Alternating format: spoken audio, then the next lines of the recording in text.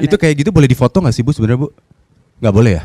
Tapi sebenarnya kita kadang-kadang sudah nanti ada filolognya di sana, Oh, oke. ada pustakawannya, Oke. dan itu udah ada literasinya, Hmm. sudah dialihkan, dan itu yang nanti bisa dilihat. Tapi kalau untuk melihat naskah aslinya, Iya. boleh. Oke, gitu ya Bel. Lalu kita lanjut lagi Bu. Most Talk. Most 1058. Ya Most People, kembali lagi di Most Talk bersama saya Dodo Harahap. Jadi selamat datang kembali di channel YouTube-nya Most 1058. Dan untuk Anda yang mendengarkan on air langsung di The New Drive Time, yang pasti sore hari ini saya nggak akan sendirian, karena kalau Anda sempat mendengarkan siaran saya di beberapa hari lalu sempat membahas tentang Perpusnas, Perpustakaan Nasional, dan mungkin Anda terus bertanya, Perpusnas ini kalau misalnya di bulan Ramadan gimana sih? Dan Perpusnas ini kedengeran namanya tapi lokasinya suka salah. Nah, ini nanti akan kita bahas bersama narasumber saya yang pasti untuk informasi tambahan Most People, Kepala Perpusnas sendiri ini terus mendorong agar inventarisasi naskah kuno Nusantara bisa dilakukan dari segi subjek ilmu pengetahuannya. Dan kalau misalnya Anda penasaran bagaimana peradaban naskah kuno Nusantara di Indonesia dan naskah kuno Nusantara apa saja yang ada di Perpustakaan Nasional. Nah, kali ini di Studio Most sudah bersama dengan Ibu Sri Marganingsi SHMA selaku Kepala Biro Hukum Organisasi Kerjasama dan Humas Perpustakaan Nasional RI. Halo Bu, selamat datang di Most. Ya, Sehat Bu? Alhamdulillah sehat. Dan kali ini kita memang lagi di bulan Ramadan, berarti masih puasa Bu ya? Puasa. Insya Allah. Insya Oke Bu, Allah. ini kita sempat ngobrol di yang udah berapa ya, tahun lalu kalau nggak Tahun salah ya. lalu, Nah, iya. kali ini pasti ada yang akan kita bahas lebih berbeda lagi Bu. Nah, sebenarnya kita langsung aja ke Perpustakaan Nasional sendiri ya Bu. Ya, ini Siap. bagaimana sih Bu, fasilitas apa saja yang ada di Perpustakaan Nasional Bu sebenarnya Bu?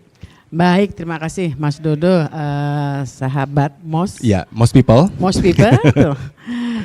Selamat menunaikan ibadah puasa, Ya. yang melakukan ibadah puasa, dan semoga ibadah kita membawa keberkahan untuk kita semua. Amin. Manfaat, amin. Baik teman-teman, bahwa di Perpustakaan Nasional tadi dikatakan kita memang ada 2 lokasi. Yang pertama di depan Monas nih, Medan Oke. Merdeka Barat, Medan Merdeka Selatan, maaf, nomor 11 di depan Monas. Ini adalah memang khusus untuk layanan, jadi untuk para pemustaka datang ke perpustakaan. Di sini ada sampai 24 lantai. Oke. Nah, yang satunya lagi ada di Salemba Raya nomor 28. Nah. Ini yang di Salemba biasanya kalau orang bilang dapurnya. Oh. Jadi disinilah administrasi, kemudian mengolah bahan pustaka dan sebagainya ada di Salemba. Oke, berarti memang dapur umumnya di situ ya Bu ya? Ya. Oke, nah untuk fasilitas nih Bu sekarang Bu, mungkin most people ada yang hanya taunya Perpustakaan Nasional buat baca buku doang gitu ya. Nah, bagaimana sekarang perkembangannya, fasilitas apa aja Bu yang ada di Perpustakaan Nasional? Kita bisa lihat di Perpustakaan Medan Merdeka Selatan. Di sana sudah barang tentu selain ada bahan pustaka yang luar biasa banyak, Ya. karena dari lantai bawah itu adalah lobi kita, itu untuk pameran. Dari depan itu sampai masuk nanti kita diajak melihat peradaban.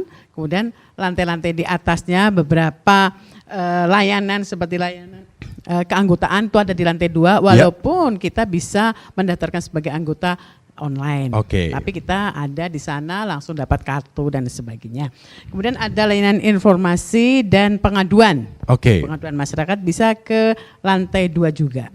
Kemudian ada layanan penelusuran informasi. Ini di lantai 3. Nah, Oke. ini semua pasti ada pustakawannya yang akan membimbing kita di setiap layanan-layanan itu. Kemudian ada layanan koleksi PBB di lantai 4. Nah, itu apa tuh Bu? Ini adalah koleksi-koleksi yang memang kita kerjasama dengan PBB terkait dengan apa yang sudah dilakukan oleh PBB. Ini ada semua di lantai 4. Kemudian ada layanan pameran di lantai 5. Kemudian ada layanan anak, ini di lantai 7. Kemudian ada di lantai 7 juga ada layanan lansia dan disabilitas. Jadi koleksinya pasti sesuai dengan yang pemustakaan datang Nah, ke situ. itu untuk yang disabilitas berarti memang sudah didesain sedemikian rupa juga ramah dengan disabilitas berarti ya Bu ya? Tentunya. Oke. Kemudian ada di lantai 8 layanan audiovisual. Kemudian lantai 9 nih layanan naskah Nusantara. Jadi di sini ada naskah kuno yang nanti akan kami sampaikan. Di sini luar biasa, tempatnya juga indah, bagus. Kemudian ada juga di lantai 12A itu adalah layanan koleksi monograf. Itu isinya buku-buku semua, buku-buku terbaru. Kemudian di lantai 14 ada layanan buku langka. Ini buku langka ini yang udah kuno atau memang langka yang tidak ada. Kalau yang kuno atau tadi saya katakan di lantai 9 naskah Nusantara itu adalah karya yang ditulis dan tidak dicetak. Oke. Jadi bedanya. Kemudian lantai 15 ada layanan koleksi rujukan. Kemudian lantai 16 ada layanan foto, peta dan lukisan. Lantai 19 ada layanan multimedia. Kemudian lantai 20 ada layanan terbitan berkala Muntakhir dan layanan koleksi mancanegara. Kemudian lantai 21, 22 layanan monograf terbuka. Kemudian 25 layanan majalah terjilid dan lantai 24 paling atas bisa kita lihat Monas ada layanan koleksi budaya Nusantara. Oke, jadi setiap lantai itu memang sudah diberikan klasifikasi dan juga untuk detailnya ya Bu ya, berbeda-beda. Oke, nah sekarang ini di bulan Ramadan Bu, untuk Perpustakaan Nasional sendiri, jam bukanya ada penyesuaian nggak sih jam operasional ya Bu? Sudah barang tentu ada. Kalau hari biasa Senin sampai Jumat kita pukul 9 sampai pukul 4, tapi ada malamnya. Kalau untuk puasa kita hanya dari pukul 8 pagi, lebih pagi sampai pukul 2 siang. Tapi Sabtu Minggu tetap buka. Dan jamnya sama? Sama. Oke. Nah ini yang seperti kita ketahui ya Bu ya, untuk Perpustakaan Nasional sendiri memiliki koleksi naskah kuno. Ini sebenarnya apa sih Bu fungsi dari naskah kuno ini? Fungsinya sudah barang tentu adalah kita harus menyelamatkan, melestarikan naskah-naskah. Naskah kuno itu adalah yang tadi kami sampaikan, naskah yang ditulis, jadi tidak dicetak, tulis tidak tangan. diterbitkan. Ya. Oke. Nah inilah yang kita simpan. Manfaatnya sudah barang tentu untuk penelitian, karena kita tahu bahwa ternyata nenek moyang kita itu sangat luar biasa dan mereka memang peradabannya sudah tinggi karena dia sudah bisa menghasilkan naskah tersebut. Jadi seperti contohnya naskah Negara Kertagama. Naskah Negara Kertagama. Itu gimana Bu? Secara singkat aja Bu. Wah, ini harusnya ahli naskahnya nih. Maksudnya apakah bagaimana kertasnya, bagaimana tulisannya, apakah memang seperti yang di film-film gitu Bu? Mungkin most people juga. Iya. Jadi dari kayak seperti kulit yang tipis seperti itu.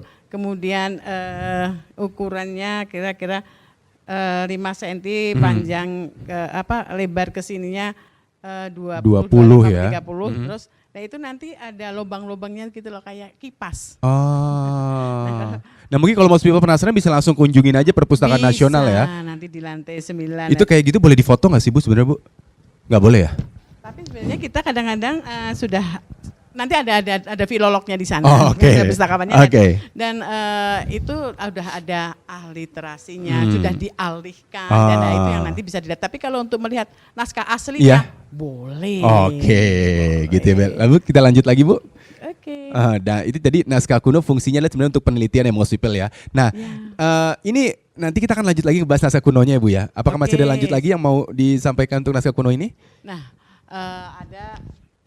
ada beberapa yang akan kita sampaikan karena bahwa tahun ini tahun 2024 memang ada semacam keinginan dari khususnya Kepala Perpustakaan Nasional kami yang baru PRT Prof Aminuddin bahwa kita untuk melakukan kerjasama luar negeri terkait dengan naskah kuno, naskah Nusantara kita yang ada di beberapa negara.